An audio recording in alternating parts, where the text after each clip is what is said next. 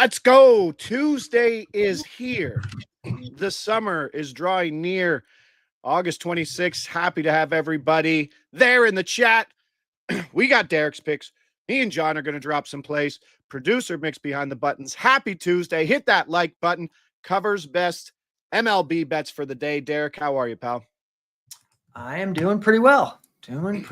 We got a nice looking board today across a bunch of different categories. So I'm hopefully today's going to be a good day.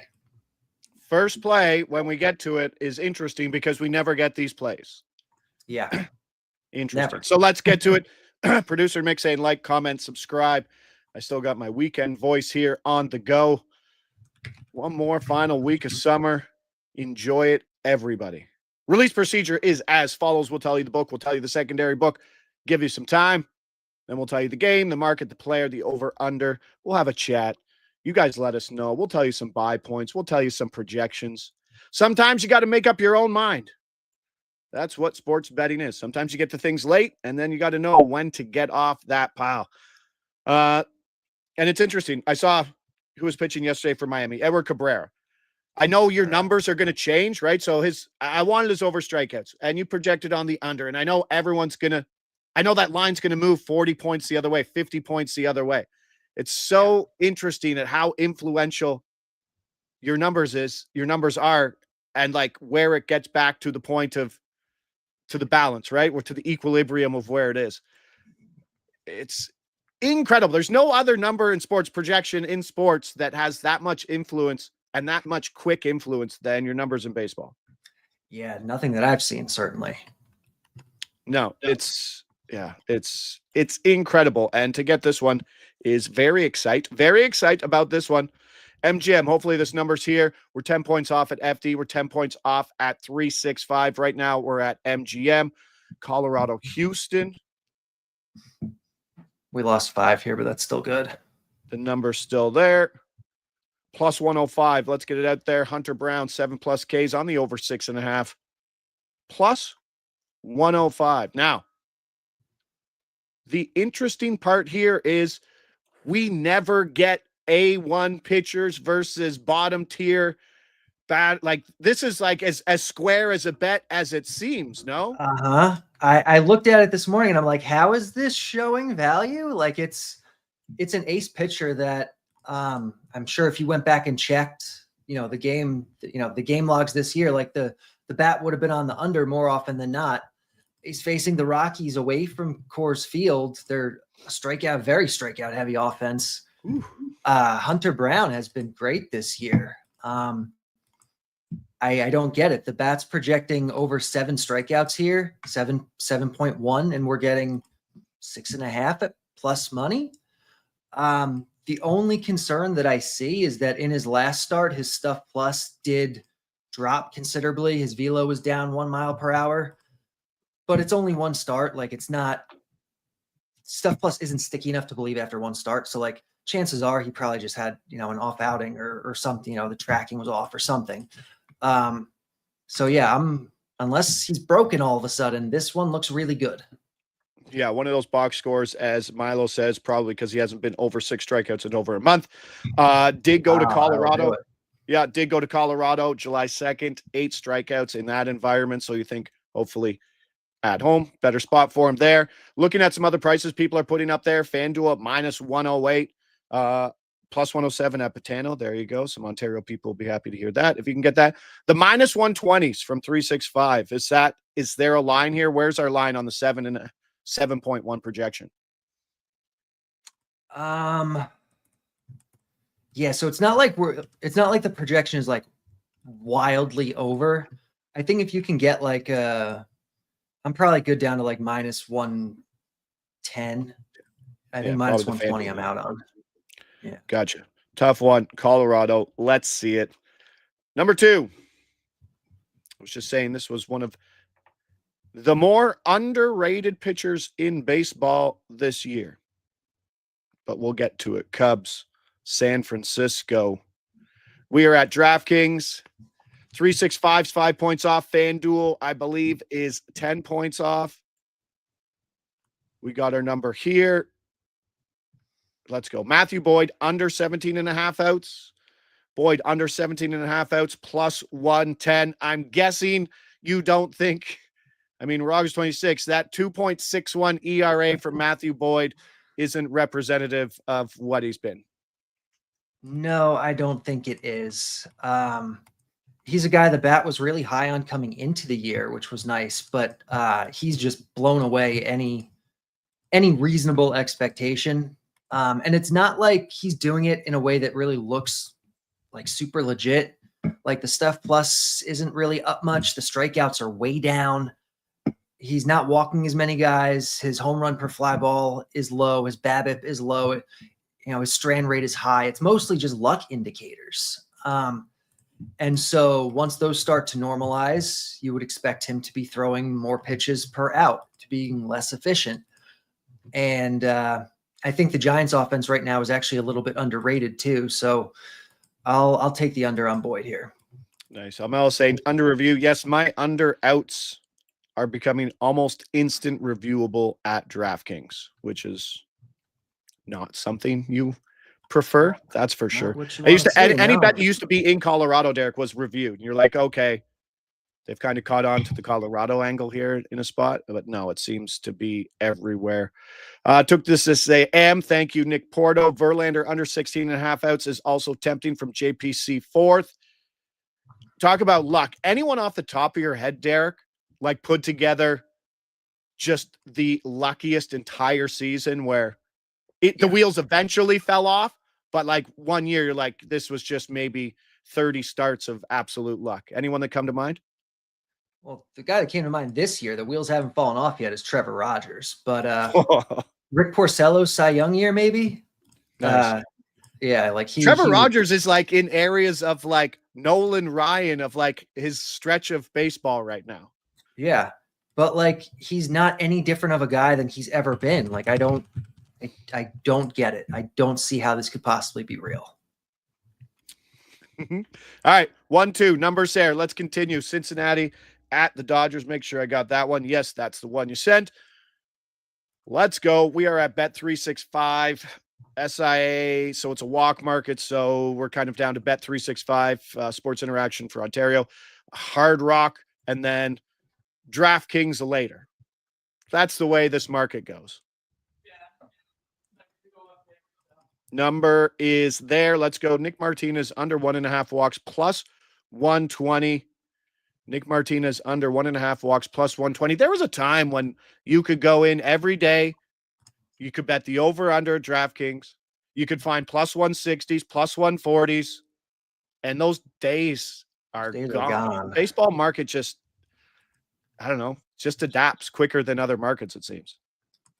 Doesn't even adapt. It just, they give up. They say, screw it. We don't want to put any props out, anything. Like I don't even understand from a business. Like I get you don't want to lose money on it, but also from a business perspective, like there is also an incentive to want a wider menu of props. So like, I don't know. I'm annoyed by it. There's only, a handful of books that still offer pitcher walks, which it's not even like some super weird, stat. Like, it's not like we're doing like pitcher ground into double plays or something. Like it's walks. It's like a very, I don't know. I hope next year that, some books kind of realize there's a gap here and try to go for it.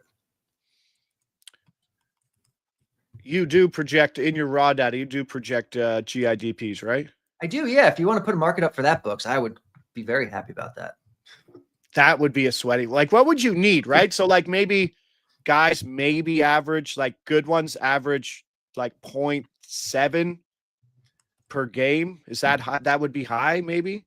I honestly would have to go look. I have no idea. I pay very little attention to my ground into double play projections. But... yeah, that would be cool. I do have them. Yeah. I think there's niche markets like in big books and DraftKings for like over under double plays, over under, but that might be the game. Might be something like on the team or the game level, maybe. Yeah. Maybe that's worth looking into. Yeah. Yeah. Then me and you can keep it a secret for a bit before we tell the world. That would be cool too. We'll test it out. We'll test it out and get back to it out for a couple years. Yeah. All right, we continue. Let's go. Home run prop here, 365 MGM, similar prices, 25, 50 points off ESPN. Bally, big number here. Boston, Baltimore. My guy, Coby Mayo. Let's go. Coby Mayo for a home run. Going to go quarter units on the home runs as we used to do. Yeah, Stephen Kolb says DK used to offer team ground into double plays. That's what I thought too. I guess used to is the word there. I know, but it's one of those weird ones where it like comes up later in the day. So if you're not betting it, I think it's probably still there. Is Mizorowski pitching today? He is, yeah. Oh, and that's why they don't have a walk prop for him. No, Coby Mayo here, facing Lucas Giolito. 57 home runs allowed over his last 297 innings pitched over his last 2 seasons. I'm sure that's what the raw data is pointing to in this spot, and obviously a great price. Yeah, great price. This park just seems to kind of perpetually be undervalued by the market, like it just hasn't adjusted all year. So there's usually some value to be found in Camden Yards, and Mayo's the guy that's sticking out the most today. Nick Porto saying he's taking some Parker Messick, and he said, I know the bat hates it, but be honest with it, it's a tough one to project because it's his second MLB start. Yeah, it's a hard one to price, and you have to kind of take the projections as is. If something's showing crazy value from his minor league stuff, that's when you're like, okay, they might be missing it, but there's certainly some variance with those second start guys, no? Yeah, there's definitely a wider error bars on those type of guys. Just the data that we have to work with in the minor leagues is it's not as granular, and we have to make adjustments and assumptions to try to figure out how he's going to play. Any guy is going to play at the major league level. So and he might be one of those weird guys too, who in that line of like Brandon Pfaadt and like Jack Kohanowitz, who get balls in play at like 2 to 3 pitches.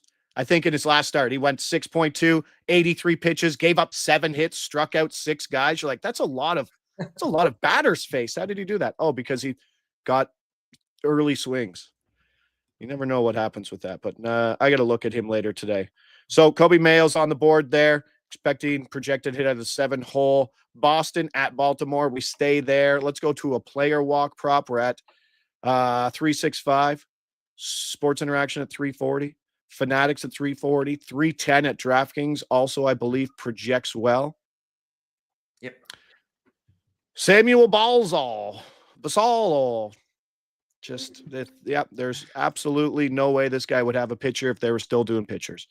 350 there. That's our number.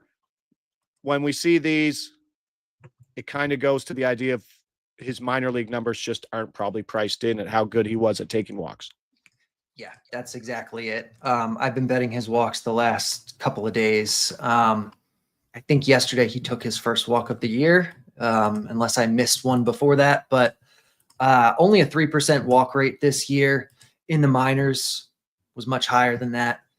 Was 14% at AAA this year. And he's a legit prospect. I mean, he's a no picture guy now, but like he's one of the best prospects in baseball. So this is a guy who, theoretically pitchers are at least thinking about. It's not like just some random guy that they don't, they're just going to throw strikes to or whatever. Like this is a guy who has real pedigree and real skills. Nice. Catcher, I believe too, right?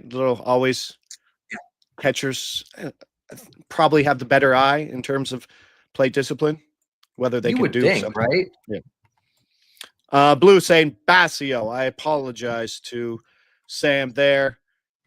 What else? And then Darren Falk says, are we betting on Brandon Pfaadt today? No, he's taking too much money. He's kind of on a run right now, and I can't stand 6-pitch innings from him. They're super frustrating. So 1, 2, 3, 4, 5 in the book. Hunter Brown over 6.5 Ks. Matthew Boyd under 17.5 plus money there. Nick Martinez. If you don't have those books, maybe wait to see if DraftKings opens and gets that number for the under walks. Coby Mayo for a home run. And Sam Basallo for a walk at 350 as well. Basallo nailed it. My Italian guys. Danny DeVito released today. Sorry to break the news. That's probably going to send you back into the lab, Derek, to fix all your Danny DeVito projections. Tommy DeVito. Yeah. Danny DeVito. Danny Okay, DeVito. yeah. Yeah. Oh, well, we'll see it there. But I appreciate you here. Tuesday's done. Football's coming. Make sure to follow Derek for all of that as well. Make sure to follow him because there could be some releases today as more stuff comes out. No afternoon games today, sadly, full slate.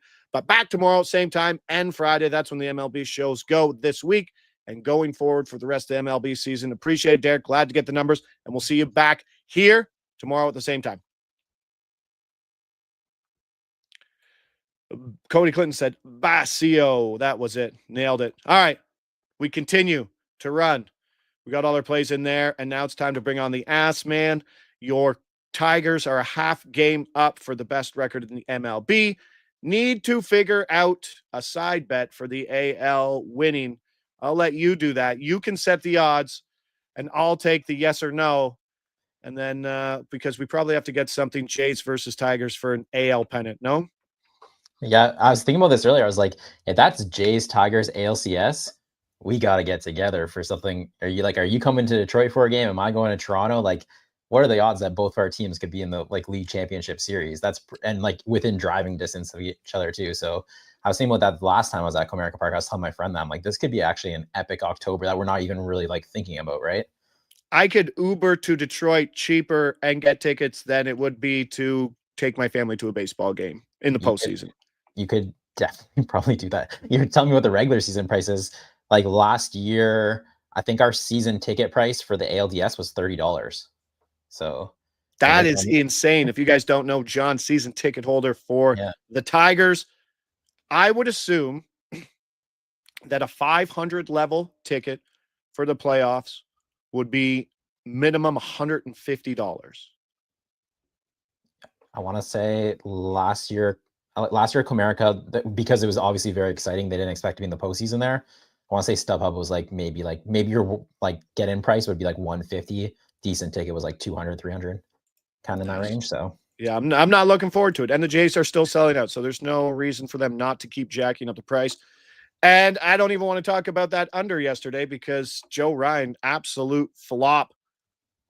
Yes, the ass man has been dropping preseason NBA knowledge. That's what he does. Very few people know ball, as the kids say, than John. But let's get to the plays here, pal. Producer Mix, roll on, hit that like button. Colorado at Houston. Tanner Gordon, he was 14.5 at home in his last start. Now he's 16.5 because he put one game together versus the Dodgers. No, thank you very much. On the road, away from Coors, 3 starts. He has 12.1 total innings pitched, 19 runs allowed, and 26 hits in those 12.1 innings.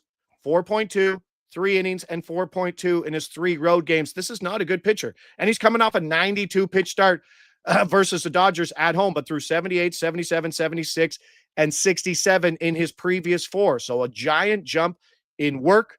And he hit 96 once before in his previous starts and then threw 71 pitches for 3 innings pitched in the next one. And it's a weird one. Here's a weird one. And as a coach, this is one I always notice. If Tanner Gordon has a long inning and Hunter Brown comes up the next frame and goes 3 and out in 2 minutes, then Tanner Gordon has to turn around and say, thanks a lot, offense. Now I don't get a rest. Now I have to go back out. It could be some of the shortest sitting Tanner Gordon has ever done all year. I don't know how to quantify that, but that could certainly be a thing. Take this. Under 16.5 outs, minus 105. 16.5 outs is that no man's land, probably closes at 15. I already prefaced the stupid over in Toronto. And 2 dingers from your guy here, Wallner. Joe Ryan, awful, but Wallner went deep twice. You think he's still got some magic left today, Johnny? Yeah, I'm going to take him plus 450. So I bet this at ESPN this morning. Like you said, he homered twice yesterday. He actually homered the game before that as well. It kind of feels like one of those scenarios, you're playing roulette, well, it can't be red again. I mean, that's not really how anything works. So I'm going to run it back. The price point does look really good. Looks like this should be closer to about plus 325. He has some hilarious numbers. I noticed this like a couple weeks ago, they were at Comerica Park. I was at the game. You know, when they flash on the Jumbotron, it really stands out when you see numbers like on a huge screen like that. He's got 19 home runs in the year and 32 RBIs. Like that feels like almost impossible. That's like, that'd be really hard to do. He's got really good power. You're talking about, obviously the ball looks like a beach ball to him right now. He's really hot. He has 3 home runs last 2 games. And then you look at the stats against Chris Bassett, he's 3 for 3 with a home run. So it's like almost impossible to ignore that, especially when there is an edge on the price. So I can go Matt Wallner here in Rogers Center. I think this should be closer to plus 325. Nice. Seth Vautel saying minus 125 there for the Tanner Gordon. So the 16.5 is always an easier one to work with. Usually if it goes, I'll still take the minus 125 there. But if it drops to minus 130, I'll wait to the move to under 15.5 and hopefully get even money, because the difference between 15.5 and 16.5 isn't much.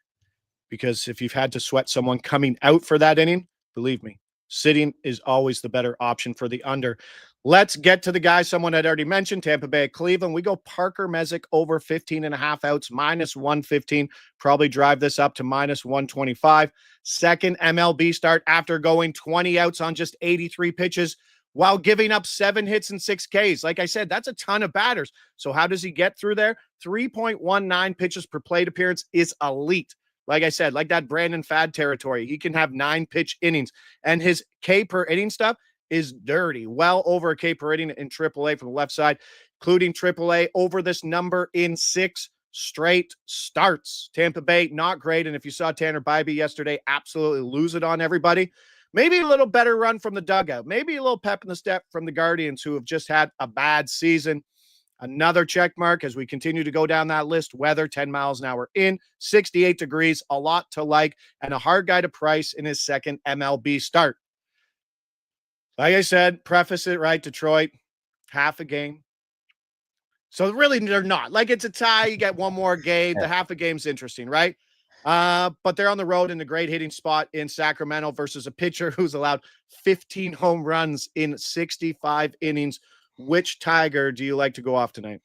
Yeah, so I'm going to take Torkelson plus 400. I do feel like this is kind of one of those spots where this is where you start to see edges in the home run market, and it's kind of like lazily priced sometimes. So he's going against Osvaldo Bido. He's given up 15 home runs. The stats are pretty like similar, whether it's righty or lefty. He's given up 8 home runs to lefties, 7 to righties. They're both batting over 300, both about a 900 OPS. But you look at like Kerry Carpenter, Riley Green, they're trading like plus 280, plus 290 in the market because they're both left-handed batters. And then Torkelson, the right-handed bat, is sitting at plus 400. I bet this at ESPN. So I feel like it's just one of those like righty-righty. He kind of gets like a different price than the righty-lefty matchups of the other guys, even though the splits don't really say Bido has better numbers against right-handed batters. And I do think, obviously, once you go to a bullpen, the one thing you want to do against the Tigers is bring in lefty relievers to take out a Kerry Carpenter, take out a Riley Green, and Torkelson mashes lefties, and he's sitting in the middle of all those guys. So I feel like that is always in play for him as well. He's also this is a big factor. It's gonna be a big factor coming down the stretch and like into the postseason for Tigers. There's a ton of guys who are like pinch hit risk. Torkelson is not one of them. So even Kerry Carpenter, like he's a really good batter. You bet short odds on him. He always has pinch hit risk. They will pinch hit for him if they bring out a lefty. So that's always something to consider too. That's why I like Torkelson. Riley Green is kind of, he doesn't get pinch hit for you. Those are like the 2 only guys that doesn't happen for. So like you said, I think it's 85 sunny, wind blowing out center field. So give me Torkelson plus 400. Nick Porto saying Tampa Bay trotting at a lot of guys hitting under 200. It is a bad offense that went off last night. And with the lefty on, I wouldn't be surprised if they got cute and did some silly alignments there. How about a pitcher who's just awful? Like, everyone's talking about Seattle being this dominant team. This is an underperforming offense that's being led obviously by Cal Raleigh, but I was very worried about them. I'm not as much.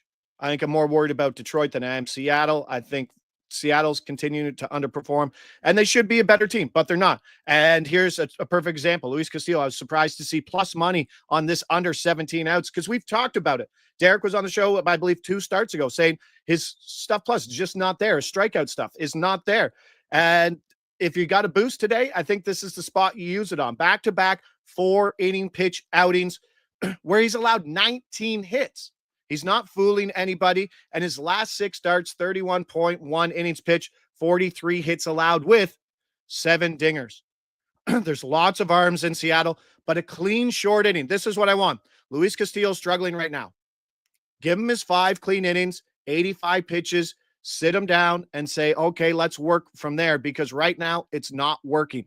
And this is not an easy matchup versus San Diego team that takes a lot of pitches. So K-Stuff way down. That pitch count might go from 100 to 90 in the spot where he is. Luis Castillo is a guy I'm going to continue to fade down the stretch. Was looking at his under 4.5 strikeouts, but then jumped over to this market and I said, wow, I didn't think I'd get plus 105. There you go. Castillo, 125 at 365. Do it. Oh, it's gone the other way. I've gone the other way. I got the 105 on DK. Now it's 120. I had a Mariners money line when he was pitching against the Mets probably 2 starts ago now, and he's back, because I was listening to the game, and the Mariners, they had a franchise record like 9 doubles, and I was still sweating out this game. So it tells you exactly they didn't win because of Luis Castillo. I can tell you that it was because of the offense. So yeah, it didn't sound good at all. It'd be interesting to see, and we've talked about it before. When you get to the playoffs, having too many good pitchers is probably a bad thing, because it lets you overcoach, it lets you overthink the situation, and Seattle could be in a spot where they're like, okay, Luis Castillo, maybe you go to the bullpen. Do we bring in Luis Castillo out of the bullpen, and then he's never been there, and then we've seen those guys flop time after time in those spots for sure. Do you think they know he's as bad as he is? Because they have a much different perception. Like, he's been there a while, he's been good. You know what I'm saying? That also hurts managers too, because you're kind of more loyal to a guy like that where he's been 100%. There and he's been good. So that's kind of like concerning part too, postseason. Or even a fan base too, right? That has seen him consistently. Right. You're like, no, this is a bad stretch of not missing bats and giving up an absolute shit ton of hits. I feel like a lot of sports bettors make way better coaching decisions than actual, like when you're staying on the sideline, because you're all analytics, you're all numbers, everything's probabilities, and you're looking at it, you're like, yeah, I wouldn't use them here, and then they use them. It's always, I find that always funny. Yeah, perspective versus perception for sure. You build bad perspective knowing guys for too long. That's why it's tough to win as a hometown bet. I'm just going to bet on my hometown team. No, not a lot. That's very hard to be profitable. Yeah, that's very hard. Let's go. Cubs, Oracles. Verlander. We did already talk about Matthew Boyd, but I love Matthew Boyd. I say one of the more underrated pitchers this year. And Derek did say that the bat liked him going into this year. Tied for 13 heading into this game in WAR. Which side on the money line you taking here? Yeah, I took the Cubs minus 133. I took this at Pinnacle. I think it opened around like minus 125. Some spots are up to about minus 140. I think 365 was saying about minus 135. I priced this out. I thought it should be closer to minus 165. So there is still a good edge there, even though you're kind of laying maybe a little more juice than people would like to lay. You guys are talking about Matthew Boyd. I mean, from my perspective, I look at this as like, you have a pitcher who has performed, I guess, kind of lucky, definitely lucky, but like, he's also doing that at Wrigley Field, and now he gets to go to Oracle Park, which is more of a pitcher's park than the Giants offense. He has good numbers against Rafael Devers. He has good numbers against Matt Chapman. They haven't hit him at all. Both those guys just aren't hitting in general right now. So like, when that middle of the lineup struggles against the starting pitcher, and then they're also just ice cold coming into it, that really grabs your attention as well. Justin Verlander, I know he's had a couple good starts. Then you're looking at the game logs and you're like, against the Pirates and the Pirates again. And I forget, I think maybe the Royals was the other one. So he wasn't really facing good teams. And I think the last one was against the Padres. He gave up 7 runs. So minus 133, I do like this closer to minus 165. Give me the Cubs on the money line. Also had the day off yesterday, so the bullpen should be ready to go. Nice. And you mentioned Kansas City in that Pittsburgh talk. If you are a Royals fan, I think the season ended last night when you got absolutely nuked by Shane Smith and the Chicago White Sox. I think you guys put up 2 hits. I think that was the end of your season. I'm sorry, but yeah, your offense has been balls all year. One more play. If you guys haven't hit that like button, let's get it out. Old Yahtzee was saying there's so many good pitchers to bet on today. Palante, Fod, Corbin, and Alcantara. I believe that's it. I always say it the wrong way, but this is in that Sandy vein here. We go Marcell Ozuna over 1.5 hits, runs, RBIs. Number 4 hitter, obviously, great price, boom. Alcantara is coming off that lengthy 114 pitch outing. I was on the over. I'm like, how are they still? Oh, sorry. I was on his under hits allowed or something, and he just kept pitching. I don't know if I've seen someone pitch that deep in a game that wasn't like a no-hitter or a perfect game. This could be a drop in quality today. Acuna's got an OPS over 1,032 at bats. Albies has an average over 310 versus him in 42 at bats. And Ozuna, 2 home runs, hitting 400 with a 1.124 OPS. I think Atlanta. I was looking at their team total over 4.5 at plus money, but I think this is the better spot. Zuna in the 4 hole. Visiting team also gets all the at bats. Whew. I think Sandy gets beat up today. I think that's where it is. We talk about the guys who pitch and they pitch too much and it works the other way. I think Sandy's one of them. Under 18.5 outs is a great parlay piece. Very good. Yes, I'm not paying -180 for it, but yeah, that is a good one. And the White Sox over 53.5 wins closing in. I'll take KC flaming out right now from Nick Porto. But that's it. Plays are in Tuesdays here. Not much going on in the afternoon. We have FanDuel Futures Day, so watch out for that. They'll be dropping flash sales in different markets. Every Super Bowl. 3 hours? I think it was the Super Bowl one was on for 6 hours. I don't know if there's other flash things happening, but I grabbed the Bills. I already did it. I tweeted out. So boosted plus 750 to plus 1130 was the boost. So I grabbed the Bills there on the Good. already. Was there a limit? Was there do they have $25 limits on it? Yeah. See, $25. Like just bump that up. Especially for a future, just because you're going to wait the whole season for it. The season for sure. But it's also one of those you just throw in the account, and then at the end of the year, you're like kind of not surprised, but you're like, hey, I don't remember doing this. Actually, funny what you talk about that because they had the same like 50% boost for the NBA, and I used it on the Thunder. And then when they won the NBA Finals, I didn't even it was the same thing, like $25. I boosted 50%. There was a couple $100 I got back, but my account went up. I was like, what's that from? Like I didn't even remember because it was so long ago, right? But you can't go to settled bets because it settles at the time you place it. So you got to scroll through the world. You'll never be able to find it. I think that the funniest thing is like going at the end of the season and then seeing all your bets, your future bets in the graveyard and just seeing how bad they are. You're like, what was that bet? Oh, I bet that after the first game, bet like a goalie to win the Vezina after a shutout in the first game. The graveyard's a funny place. Yeah, and you also get those ones that you always have those ones you're like, I wish I would like hit a button that says settle as lost like right now and just like wipe it out from my open bets. Like I just don't want to see it every time I log in. Just get it out. I know it's losing. So I think I have Tanner Bybee to lead Major League Baseball in strikeouts. I get Spencer Strider to do that as well. Yeah, I'd wipe that one out. I actually have Garrett Crochet too, so that one has a chance. But you're like, I swear I have that bet somewhere in an account. Yeah. Then you're going through like 100 different accounts to find out to see if you actually have that future because I don't track them. I should. Yeah, Suns NBA champ. I had that in my account for 2 years, and it's just the worst bet ever, back-to-back years. Nailed it. All right. Appreciate everybody there in the chat. You guys are absolute beauties. We appreciate it. Appreciate all the help. Just appreciate the insight. Appreciate the engagement. If you haven't already, hit that like button. I'll post today's plays on the YouTube channel. I'll post the plays on my X channel, and then we'll see things go. And we'll be back here tomorrow. Maybe we get some Joe plays as well, but I appreciate it. Thanks, John. We'll see you guys back here tomorrow, 9:15.